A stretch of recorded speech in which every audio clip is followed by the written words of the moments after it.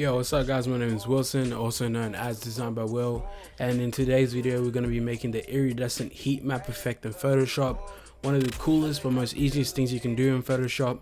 Great for album covers or just small side projects that you want to complete with a little cool effect here and there. It's pretty easy to make this effect. All you need is just one simple thing. It's a gradient map and you're just selecting different colors. So let's just get straight into it. I don't have my adjustments on here, so basically we're just gonna go up to Windows actually, and click adjustments. My adjustments just popped up, and then we're just gonna select gradient map. We can get rid of this mask here because we're not gonna need it. Close this adjustments, double click here, and basically all you're doing is just following this pattern, this heat map pattern right here. Obviously starting with your blues because they're the cooler items and they fill out most of the space. So the first color is blue obviously, so make sure you select your blue. You can already see it taking form. And add another point here, select a different shade of blue, then add another point here, select this shade of green, add another point, higher green,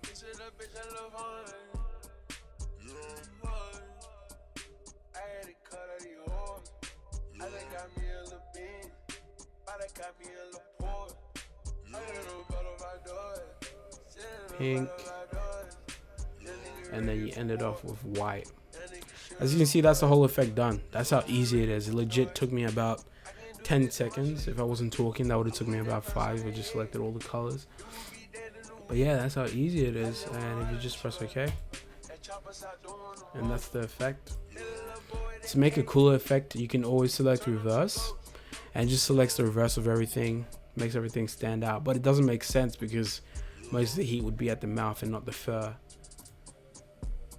So you want to make it as realistic as possible. Keep it like this because that looks more realistic.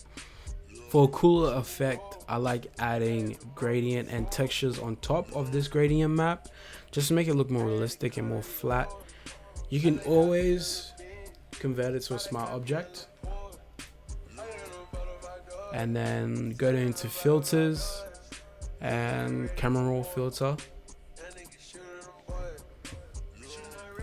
Just go into basics and clarity, you turn it down and it blends the colors more in, and turn down your textures a little bit. It looks kind of weird, but it helps it blend, because when you do all those gradient maps it starts to distort the image, and some people don't like that, but there's a bunch of ways to hide that. So let's play with this. Firstly, let's go into the gradient map. Take the gradient map and paste it on top, and some images I downloaded here of Little Uzi Vert. See, yeah, that's pretty dope.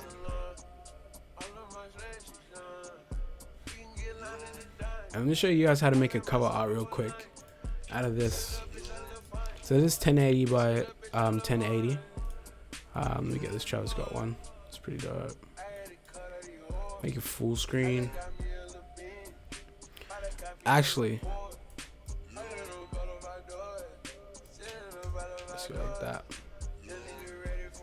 Ooh, add a little bit of textures here and there.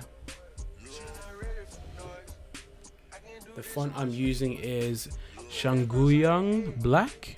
I don't know how to pronounce that, but I'll also link that in the bio in case anybody else wants to use it.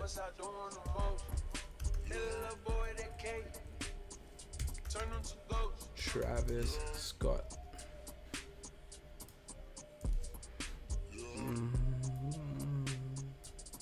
Where do I want to place this? That's cool. Playing options. Let's add some bevel and emboss. That looks pretty dope. I don't like the depth of it though.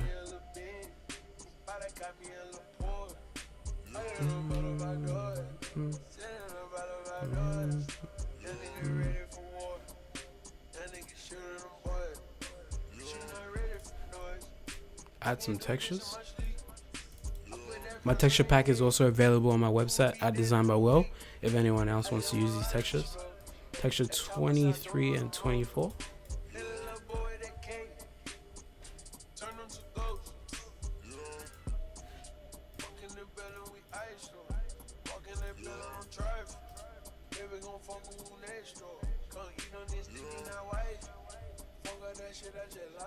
I like that.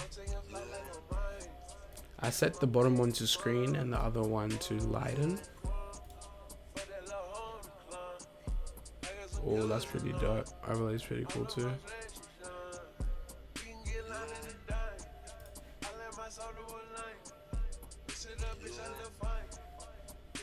Actually, let's move this text up here.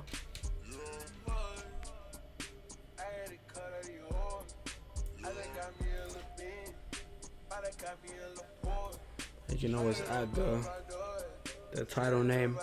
What should we name this title? We name it Heat Map. If Travis Scott ever made a song called Heat Map. Flip it 90 degrees. Make it a little bit smaller so it fits in the space. And just repeat the bevel and emboss.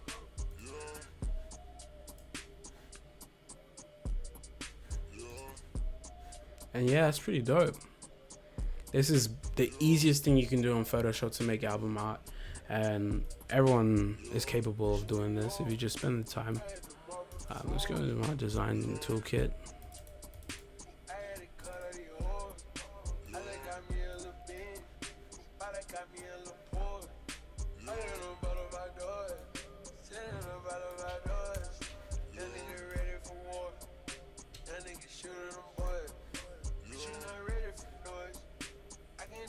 Lovely. So we went from just the basic gradient map to making a full-on album art, and it's not that hard, guys. It's just simply doing the gradient map, and you can always reverse it for a cooler effect here, but I really like this effect. And that's it, basically. It takes about 5-10 minutes. Spend a little bit more time getting your objects sorted and everything else. You could make this into a really cool effect for a client or something like that, but yeah, I like it like this. It's nice and plain.